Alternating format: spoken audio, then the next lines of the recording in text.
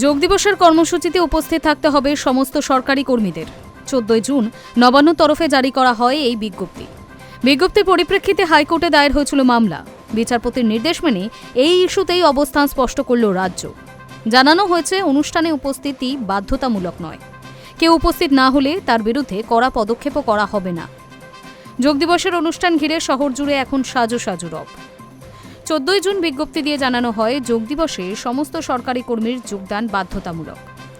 নবান্নের তরফে স্পষ্ট জানানো হয় আগামী 21 তারিখ সমস্ত সরকারি কর্মীদের সকাল 6:30 থেকে 7:45 পর্যন্ত তাদের সংশ্লিষ্ট দপ্তর, আবাসন, রেড রোড কিংবা মেলা প্রাঙ্গণে উপস্থিত থাকতে হবে। স্থায়ী কিংবা অস্থায়ী কর্মীদের পাশাপাশি চুক্তিভিত্তিক, দৈনিক মজুরি ভিত্তিক, আউটসোর্সড কর্মী, সাম্মানিকের বিনিময়ে কাজ করেন এমন কর্মীদেরও যোগ দিবসের অনুষ্ঠানে যোগদান বাধ্যতামূলক বলে জানানো হয় বিজ্ঞপ্তিতে। কেন সরকারি কর্মচারীদের জন্য বাধ্যতামূলক প্রশ্ন তুলে হাইকোর্টে মামলা দায়ের করে কোঅর্ডিনেশন কমিটি। সংগঠনের আবেদন ছিল বাধ্যতামূলক নয়, সরকারি কর্মচারীদের যোগদান স্বেচ্ছায় করা হোক। কেন সরকারি কর্মচারীদের জন্য বাধ্যতামূলক সেই প্রশ্ন তোলা হয়েছিল।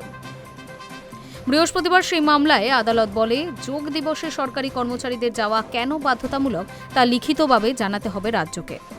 আর এদিন রাজ্য জানিয়ে দিল কর্মসূচিতে যোগদান কারো জন্য বাধ্যতামূলক নয়। উপস্থিত না থাকলে শাস্তিমূলক পদক্ষেপের কোনো বিষয় নেই।